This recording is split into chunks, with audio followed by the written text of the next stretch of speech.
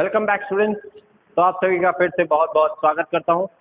जो आज डील करने वाले जो सेट है वो है सेट ए पीसीबी। ठीक है, आज जो हम डील करेंगे वो क्या है, पीसीबी का सेट ए। ठीक है, सेट ए।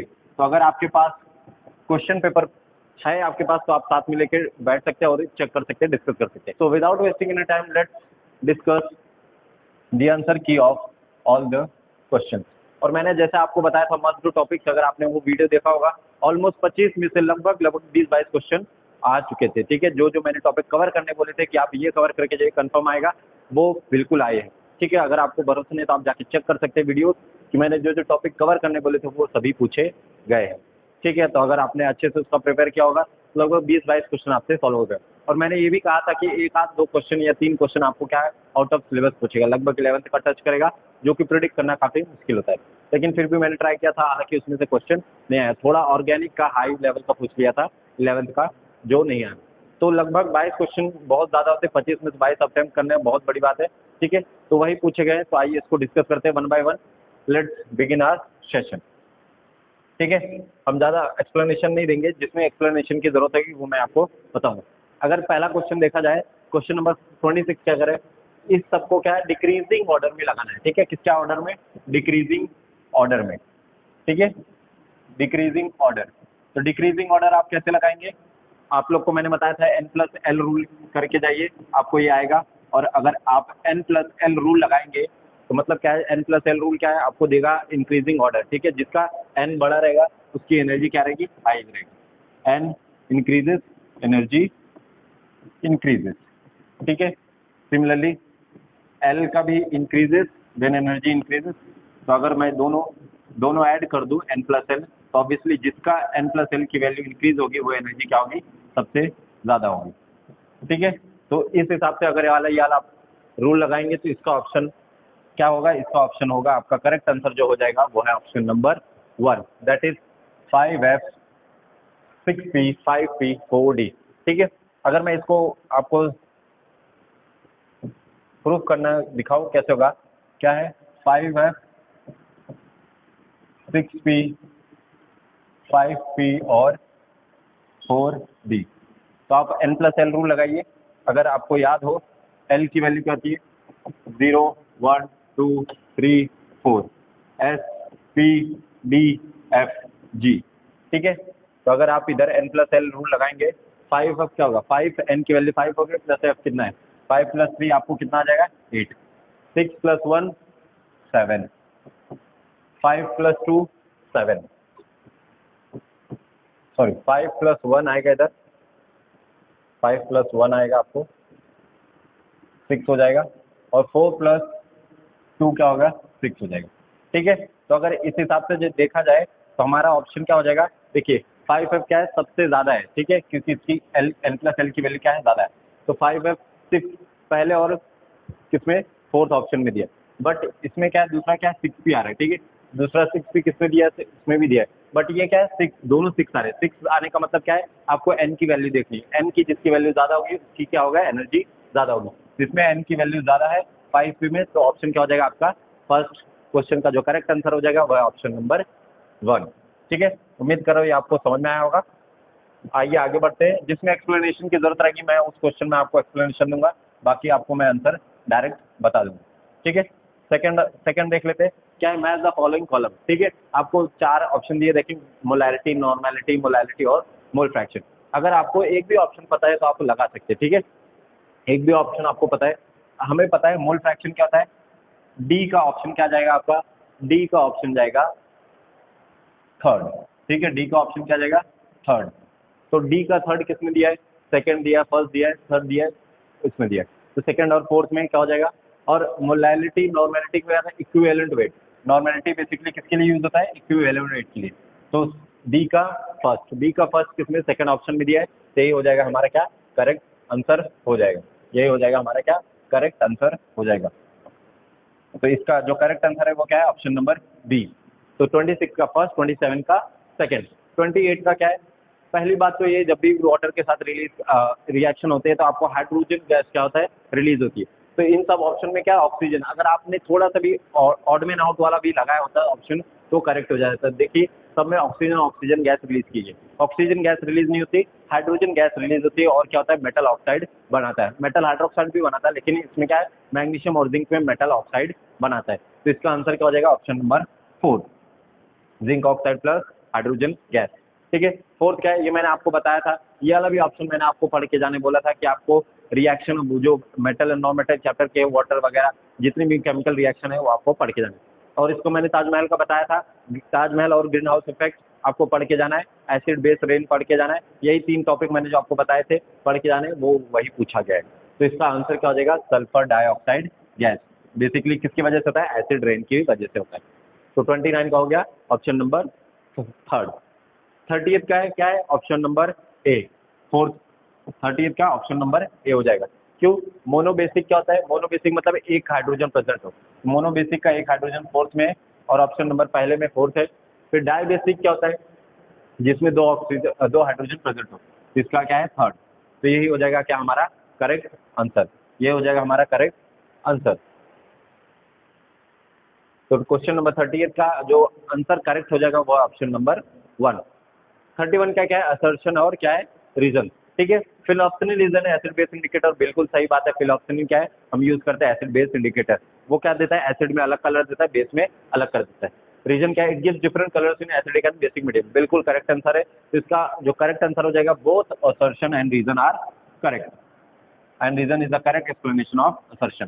तो हमने पहला पेज का डिस्कस कर लिया है, क्वेश्चन नंबर 26 का फर्स्ट है, क्वेश्चन नंबर 27 का सेकंड आंसर, 28 का 4th, 29 का 3rd, 30th का 1st, 31 का 1st। तो उम्मीद कर रहा हूँ ये आपको सभी क्वेश्चन 5 क्वेश्चन आपको समझ में आएंगे जितने भी हमने डिस्कस किए।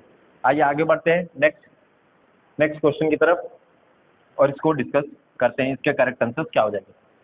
Which compound has both covalent as well as coordinate covalent metal bond? Sorry, तो कोवलेंट और कोवलेंट बॉन्ड क्या होता है जब एक से ज्यादा आपका क्या हो आपका डोनेशन हो। ठीक है, जब एक से ज्यादा डोनेशन हो मतलब पहले कोवलेंट बॉन्ड बनाएगा, फिर जो भी लोन पेयर बचा रहेगा वो आपको कोऑर्डिनेट कोवलेंट बनाएगा, और हम नॉर्मली एरो से दिखाते हैं। ठीक है, तो H2S H2O और CO2 हमने पढ़ा क्या ये सब सिर्फ क्या होता है कोवेलेंट बॉन्ड बनाता है। तो इसका करेक्ट आंसर क्या हो जाएगा N2O5। ये ऑप्शन नंबर 4 जिसने भी लगाया वो करेक्ट है। ठीक है, क्वेश्चन नंबर 33 क्या है correct decreasing order of ionisation. Ionisation अगर मैं आपको बता दूं तो आपको पता होना चाहिए आयोनाइजेशन क्या होता है। Ionisation is basically inversely proportional to what, या फिर आप कह सकते हैं आयोनाइजेशन पावर क्या होता है। आयोनाइजेशन मतलब क्या है टूटना। ठीक है, जिसका ज्यादा मास रहेगा वो होगा, तो ionisation is directly proportional to what mass. या फिर अगर आपको पेनिट्रेशन पावर पूछा होता, पेनिट्रेशन पावर क्या होता है inversely proportional to mass. Penetration power क्या होता है, तो आप नेक्स्ट टाइम से ध्यान रख सकते हैं inversely proportional to what mass. तो इसमें क्या पूछा है आपको आयोनाइजेशन पूछा है। आयोनाइजेशन में हमें पता है कि अल्फा का वेट सबसे ज्यादा था, alpha is greater than beta is greater than what gamma, और मास इसमें उल्टा है, तो इसमें alpha is less than beta is less than gamma. ये हालांकि बहुत फेमस क्वेश्चन है, ये अल्फा बीटा गामा में ऐसे ही प्रकार के पूछे जाते हैं। आपको एग्जैक्ट वैल्यू नहीं पूछा जाएगी, बस ऐसे ही पूछा जाएगा, आपको ऑर्डर लगाना रहेगा। तो हमें पता है मास किसका सबसे ज्यादा था अल्फा होता है, देन बीटा देन गामा। तो ये हो जाएगा हमारा क्या करेक्ट आंसर। तो alpha is greater than beta is greater than gamma, तो ये भी क्या हो जाएगा करेक्ट आंसर सेकंड हो जाएगा। ये क्या आपको बैलेंसिंग, अगर आपने बैलेंसिंग करके देखा होगा तो इसका करेक्ट आंसर क्या आएगा ऑप्शन नंबर 4। बहुत सिंपल सा है। ये क्या है आपका डिकम्पोजिशन रिएक्शन है। डिकम्पोजिशन रिएक्शन में हमें क्या मिलता है, अगर आपको ध्यान से याद हो पढ़ा हो तो आपने AgCl को आप क्या होता है डिकम्पोज होगा। डिकम्पोज मतलब क्या क्लोरीन गैस आपकी रिलीज होगी प्लस आपको क्या मिलेगा सिल्वर मिल जाएगा। क्लोरीन गैस रिलीज होगी प्लस आपको क्या मिलेगा सिल्वर मिलेगा। हालांकि अगर किसी ने थोड़ा सा दिमाग लगाया होगा, अगर उसने ऐसा लिखा है AgCl is what Ag plus Cl minus, तो ये आपका वैसे भी इनकरेक्ट हो जाएगा। क्यों, क्योंकि जब भी हम कोई भी बैलेंस केमिकल इक्वेशन लिखते हैं तो क्या होता है आयंस आपका बैलेंस होना चाहिए। अगर इधर देखा जाए सिल्वर के पास कितना चार्ज है 0, इधर कितना है -1 और इधर कितना है 0, तो left hand side equal to not equal to right hand side, क्योंकि 0 + -1 इधर -1 टोटल चार्ज आ रहा है, इधर कितना आ रहा है 0 आ रहा है। ये ऑप्शन वैसे भी नहीं होगा। ठीक है, डिकम्पोजिशन मतलब कहता है टूटना, लेकिन आयंस में नहीं टूटेगा। तो इसका करेक्ट आंसर क्या हो जाएगा आपका option number A 2 AgCl 2Ag plus Cl2। अगर आप इसको बैलेंस करेंगे तो इधर क्या आएगा, 2 आएगा, इधर आएगा 2। ठीक है, तो ये हो जाएगा आपका करेक्ट बैलेंस इक्वेशन। ठीक है, अगर आप थोड़ा सा भी दिमाग लगाते अगर इधर, तो एलिमिनेशन मेथड भी यूज हो सकता था। देखिए क्या है, सब में बैलेंस करके नहीं दिया है, तो और आपको पता होना चाहिए कोई भी केमिकल बैलेंस इक्वेशन लिखते हैं हम लोग बैलेंस में लिखते हैं। ठीक है, आपको जब भी केमिकल इक्वेशन लिखना है, बोर्ड्स में लिखना है, कहीं भी लिखना है, आपको ये चेक करना है, क्योंकि आपको बैलेंसिंग होना चाहिए। क्यों? क्योंकि वो क्या होता है, law of conservation of mass follow करता है। तो क्वेश्चन नंबर 35 का जो करेक्ट आंसर हो जाएगा वो क्या हो जाएगा, ऑप्शन नंबर ए। हालांकि इस टाइम का पेपर बहुत ईजी है, बहुत आसान पेपर आया था, आपको कर लेना चाहिए। ठीक है, मेरे हिसाब से जो टॉपिक हमने बताए थे, अगर आपने गो थ्रू किया होगा तो आपको पता होगा कि बहुत आसान क्वेश्चन आए थे। मेटलर्जी में मैंने आपको बताया था flotation pressure, magnetic separation, calcination, roasting और लीचिंग, ये सब आपको मैंने पढ़ने बोला था। 5 ही टॉपिक पढ़ने बोला था, उसमें से एक क्वेश्चन दिख गया है, कॉपर पायराइड गैस जो रिमूव होती है उसमें कौन सा क्या रिलीज होता है। तो इसका करेक्ट आंसर क्या है, सल्फर डाइऑक्साइड गैस। क्या होगा इसका, सल्फर डाइऑक्साइड गैस। तो इसमें क्या होता है, जो आयरन ऑक्साइड होता है FeO प्लस O2, आपको मिलता है iron oxide Fe2O3 plus sulphur dioxide gas. आप इसको बैलेंस कर लेना। तो यही गैस होती क्या होती है, रिलीज होती है। ये गैस क्या होता है, आपको रिलीज होगा।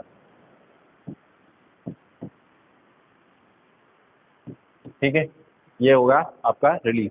तो इसका करेक्ट आंसर क्या हो जाएगा, सल्फर डाइऑक्साइड, ना कि सल्फर ट्राइऑक्साइड। देखिए एग्जामिनर ने कितना दिमाग लगा क्वेश्चन पेपर सेट किया है, इधर सल्फर ट्राइऑक्साइड लिखा है, आपको सल्फर ट्राइऑक्साइड की तरफ नहीं जाना है। ठीक है, आपको सल्फर ट्राइऑक्साइड की तरफ नहीं जाना है, आपको सल्फर डाइऑक्साइड देखना है।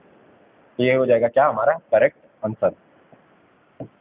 क्वेश्चन नंबर 35 का ऑप्शन नंबर ए होगा। क्वेश्चन नंबर 36 का जो ऑप्शन होगा वो है ऑप्शन नंबर सेकंड।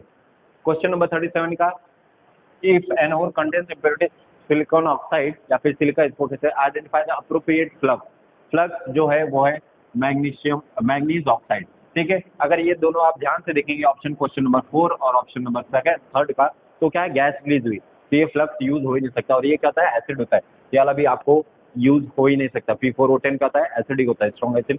अगर आप इसका ऑक्सीडेशन स्टेट निकालेंगे तो कितना आएगा, +5।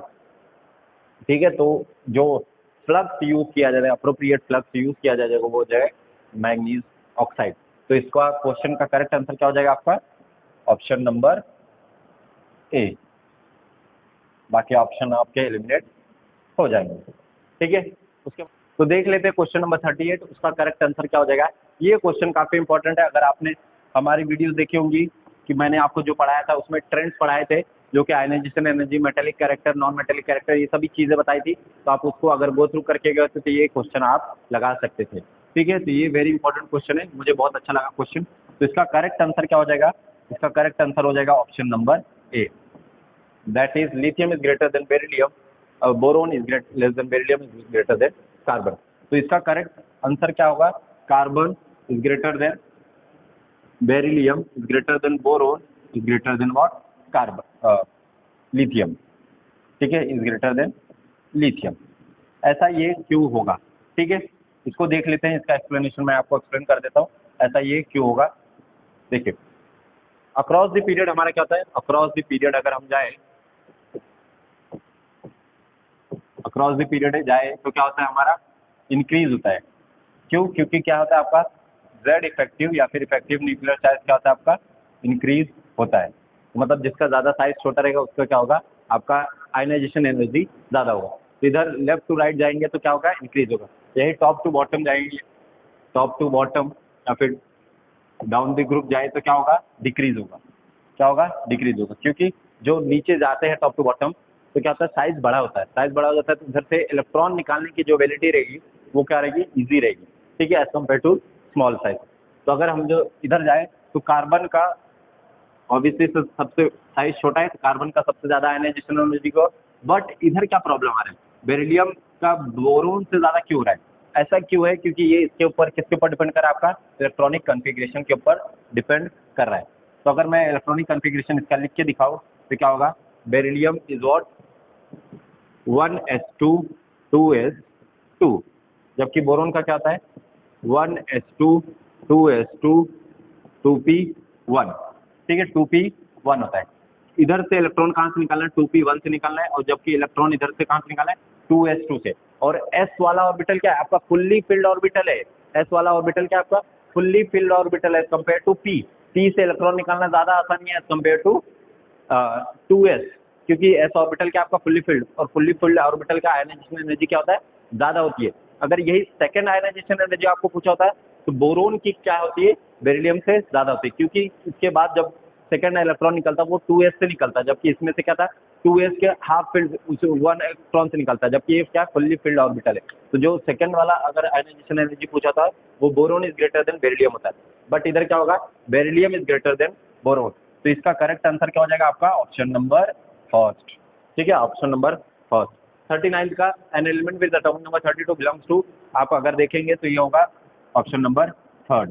ठीक है, अगर आपने ढंग से पीरियोडिक टेबल पढ़ा होगा तो फोर्थ पीरियड में लाई करता है, और 14 ग्रुप कार्बन वाली सीरीज का ये है। ठीक है, कार्बन सिलिकॉन चालू स्टूडेंट गिरी से पंगा, अगर आपको याद होगा तो आप फोर्थ पीरियड में लगा सकते हैं। ठीक है, क्या होता है, कार्बन चालू स्टूडेंट गिरी से पंगा, ये क्या, ये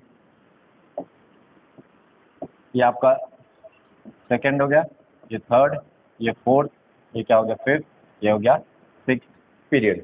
तो ये जो आपको एलिमेंट दिया गया है वो किसका है, वो है जर्मेनियम का। ठीक है, जर्मेनियम का। अगर आप कैलकुलेट भी करेंगे तो कितना होगा, कार्बन का होता है 6, 6 + 8 14, 14 + 18 32। तो 32 जो आपको एटॉमिक नंबर पूछा गया है वो फोर्थ पीरियड और 14 ग्रुप में बिलोंग करता है। यही हो जाएगा क्या हमारा करेक्ट आंसर, ये हो जाएगा हमारा क्या correct answer.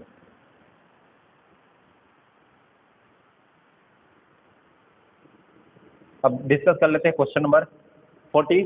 The volume of carbon dioxide liberated at STP on 124 gram of carbon excess, इसका आंसर हो जाएगा option number 2, that is 44.8 litre. क्या हो जाएगा 44.8 लीटर। कैसे हो जाएगा आइए देख लेते हैं इसका हम। आपने अगर इक्वेशन लिखा होगा तो क्या लिखा होगा, कार्बन प्लस ऑक्सीजन आपको क्या देगा, कार्बन डाइऑक्साइड गैस। ये भी एक्सेस में बर्न किया है, ये एक्सेस में है तो आपको क्या होता है, कार्बन डाइऑक्साइड गैस मिलती है। ठीक है, आपको क्या बोला है 24 ग्राम ऑफ कार्बन। तो अगर आपको मूल कॉन्सेप्ट ढंग से पता हो, अगर आपको मूल कॉन्सेप्ट ढंग से याद हो कि जब भी कोई गैस रिलीज होती है तो उसमें हम क्या लीटर में एक्सेस करते हैं। ठीक है, तो अगर आपको मैं मूल कॉन्सेप्ट लिखूँ, 12 gram of oxygen, 12 gram of carbon आपको कितना दे रहा है, 22.4 लीटर कार्बन डाइऑक्साइड दे रहा है। तो आपको कितना पूछा है 24 ग्राम का, तो क्या हो जाएगा x। तो अगर आप इसको सॉल्व करेंगे 2 1/2 आएगा, तो 2 × 22.4 आपको देगा आंसर 44.8 लीटर। तो उम्मीद कर रहा हूँ ये क्वेश्चन आपके सभी आंसर समझ में आएंगे 48 के। ठीक है, 48 का हो जाएगा सेकेंड। आइए आगे बढ़ते हैं नेक्स्ट। आपको इस टाइम ऑर्गेनिक हार्ड नहीं पूछी गई थी, बहुत ईजी था, हालांकि ये क्वेश्चन काफ़ी अच्छा है। क्या है 41 if equal volume of 2 gases CH4 NO2 are allowed to expand, तो इसका करेक्ट आंसर हो जाएगा ऑप्शन नंबर ए। इसका करेक्ट आंसर क्या हो जाएगा, ऑप्शन नंबर ए। अगर ये आप किससे सॉल्व करेंगे, Graham's law of diffusion, Graham's law of diffusion. ठीक है, ये क्वेश्चन उससे सॉल्व होगा। वो क्या कहता है, जो रेट रहता है आपका, रेट ऑफ डिफ्यूजन रहता है वो inversely proportional to what, inversely proportional to what, density रहता है। ठीक है, तो RO2 अगर आप RCH4 लिखेंगे तो क्या आ जाएगा, density of CH4 upon density of oxygen. और डेंसिटी क्या होता है, डायरेक्टली प्रोपोर्शनल टू मास, क्योंकि वॉल्यूम सेम है तो ये भी हो जाएगा, आप डेंसिटी की जगह मास रिप्लेस कर सकते हैं, मास से कर देंगे। ठीक है, तो आपको आंसर आ जाएगा ऑप्शन नंबर ए। तो आप grams law of diffusion use करके आप ऑप्शन आंसर फर्स्ट लगा सकते हैं। 42 का आंसर क्या हो जाएगा, 42 का आंसर जो होगा वो होगा ऑप्शन नंबर बी।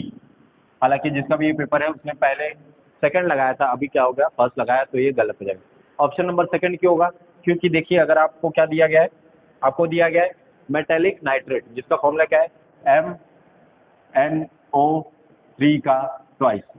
ठीक है, MnO3 का twice. What will be the formula of nitride of that metal. तो इधर से हमें पहले क्या है वैलेंसी निकालनी पड़ेगी, और हमें पता है नाइट्रेट की वैलेंसी क्या होती है -1। अगर मैं ये फॉर्मूला बनाऊं NO3, तो नाइट्रेट की होती है -1, मेटल की होगी +2, तभी ये क्रॉस मल्टीप्लाई के ये करके फॉर्मूला आएगा। तो मेटल की वैलेंसी आपकी क्या हो गई, मेटल की वैलेंसी क्या होगी +2, और आपको किसका पूछा है, नाइट्राइड का पूछा है, एन नाइट्राइड एन होता है -3 M3N2 आंसर हो जाएगा, M3N2 आंसर हो जाएगा। तो इसका करेक्ट आंसर क्या हो जाएगा आपका, ऑप्शन नंबर बी। ठीक है, उसके आगे देखते हैं क्वेश्चन नंबर 43 का आंसर क्या होगा। इसमें सही लगा है ऑप्शन नंबर 4, दैट इज 1:1। ठीक है, ये आप कैसे करते हैं, अगर आपको फॉर्मूले पता होते तो आप सॉल्व कर लेते, फॉर्मूले पता होते तो आप सॉल्व कर लेते। कैसे होगा देखते हैं। क्या बोला आपको, ratio of phosphorus atom, calcium phosphide में पूछा और मैग्नीशियम फोस्फेट में। कैल्शियम फोस्फाइड क्या होता है, कैल्शियम ये हो गया, फोस्फाइड पी हो गया, कैल्शियम इज +2, फोस्फाइड इज -3। तो इसका आंसर क्या आएगा, Pa3P2। ठीक है, कैल्शियम फोस्फाइड का फॉर्मूला ये हो गया। और किसका पूछा आपको, मैग्नीशियम फोस्फेट का, मैग्नीशियम ये हो गया +2, फोस्फेट इज PO4 -3, Mg3PO4 का होल ट्वाइस। ये होगा आपका दोनों फॉर्मूले। ठीक है, इसको आपका रेशियो पूछा है, तो अगर आपको दिख रहा होगा रेशियो में इधर फॉस्फोरस कितना है 2, इधर फॉस्फोरस कितना है 2, तो 2:2 कैंसल, 1:1 आ जाएगा आपका आंसर। तो इसका correct answer option number D सही हो जाएगा।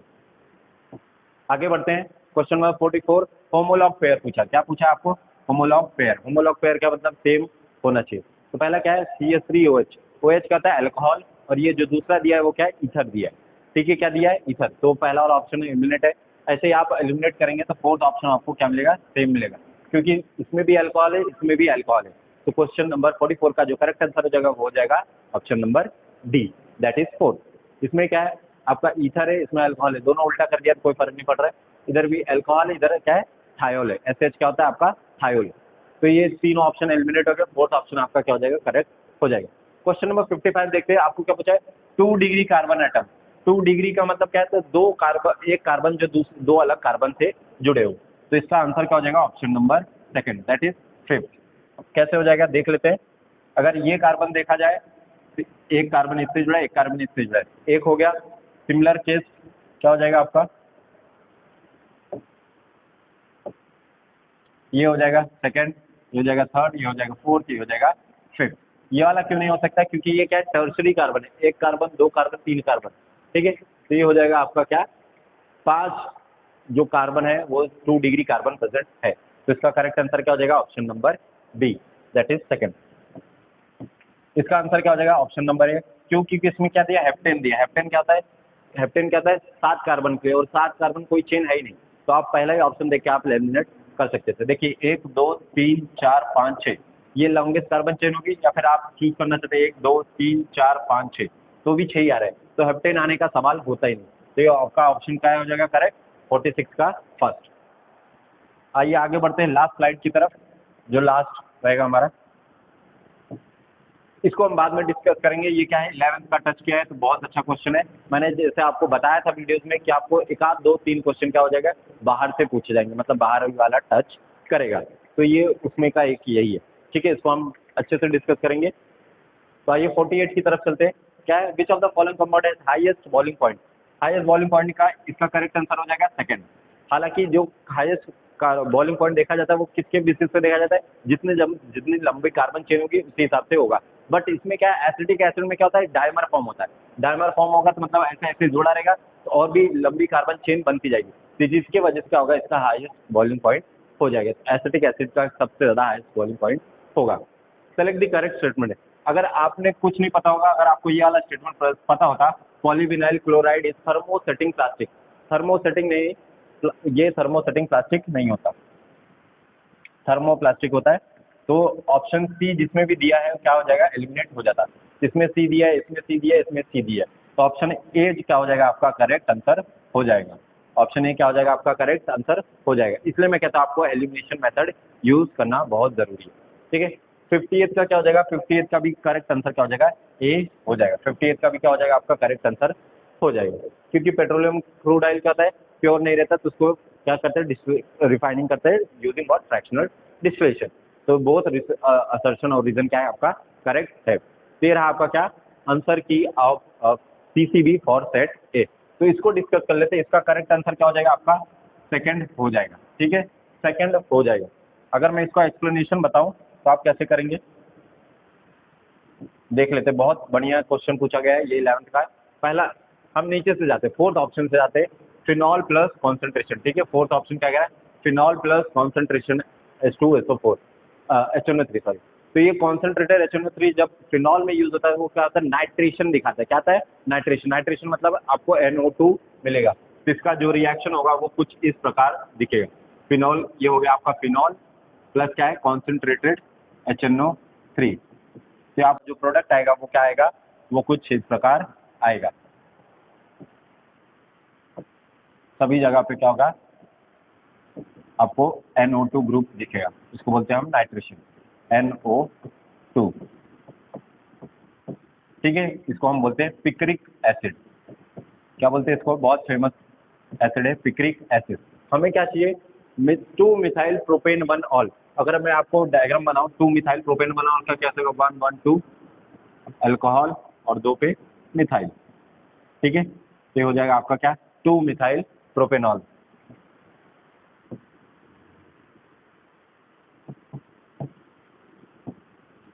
टू मिथाइल प्रोपेन 1 ऑल, ये हो जाएगा आपका क्या, ये हमें चाहिए डिजायर्ड प्रोडक्ट, बट आपको क्या मिल रहा है, पिक्रिक एसिड। तो ऑप्शन नंबर 4 बिल्कुल भी नहीं है।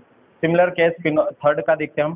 थर्ड का देखते हैं, आपको क्या है, फिनॉल प्लस कॉन्सेंट्रेटेड H2SO4। तो ये क्या होगा आपका, सल्फोनेशन हो जाएगा, कॉन्सेंट्रेटेड H2SO4 आपका क्या हो जाएगा, सल्फोनेशन। और आपको प्रोडक्ट क्या मिलेगा, कुछ इस प्रकार से मिलेगा, 2 प्रोडक्ट मिलेंगे, एक ऑर्थो पे एस और एक पैरा पे सल्फोनेशन होगी। इसको हम बोलते हैं इलेक्ट्रोफिलिक सब्स्टिट्यूशन रिएक्शन। तो ये वाला हमें प्रोडक्ट चाहिए था, ये वाला नहीं मिला। ठीक है, सिमिलरली अभी मैं बता देता हूँ आपको ऑप्शन नंबर इसका सेकंड क्यों करेक्ट है। ठीक है, आप उसी हिसाब से आप क्या कर लेना, आप फर्स्ट का आप मैकेनिज्म फॉलो करेंगे तो आपको प्रोडक्ट अलग मिलेगा। ठीक है, तो इसको मैं एक्सप्लेन कर दे रहा हूँ। तो देखते हैं हमारा ऑप्शन सेकंड कैसे करेक्ट होगा, methanal plus CH3 twice CH MgX। अगर मैं आपको बताऊँ CH3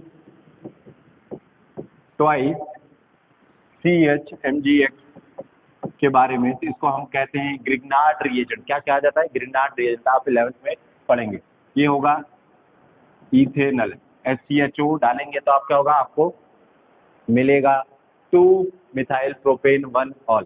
ठीक है, इसका मैकेनिज्म कैसे होता है, इसका मैकेनिज्म मैं आपको समझा देता हूँ शॉर्टकट में। इसको हम बोलते हैं ग्रिग्नार्ड रिएजेंट, GR लिखा जाता है। ग्रिग्नार्ड रिएजेंट क्या है, आपको ऑर्गेनोमेटेलिक कंपाउंड है, मतलब ये क्या है, आपका रिएजेंट है।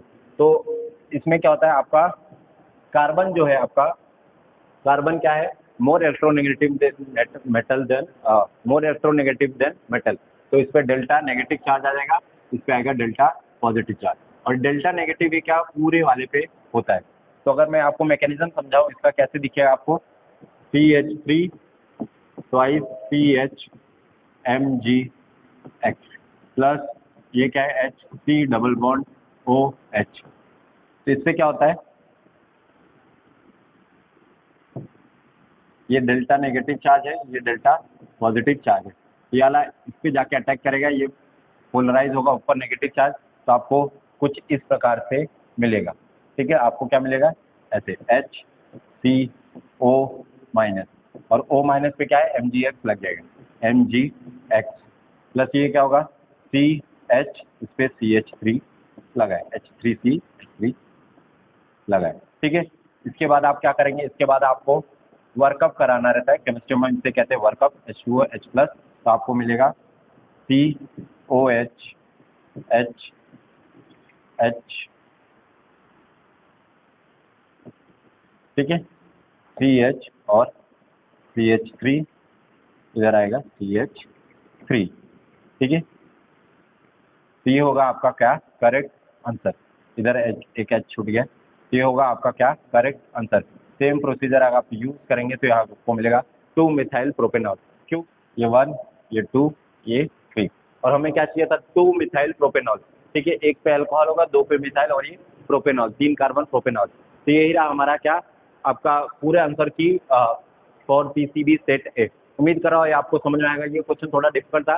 ठीक है, तो आपको टेंशन लेने की जरूरत नहीं, सबके लिए आपको डिफिकल्ट, ये क्वेश्चन डिफिकल्ट लगा होगा। ठीक है, उम्मीद कर रहा हूँ ये आपको सभी को समझ में आएगा। Till then, thank you and happy life.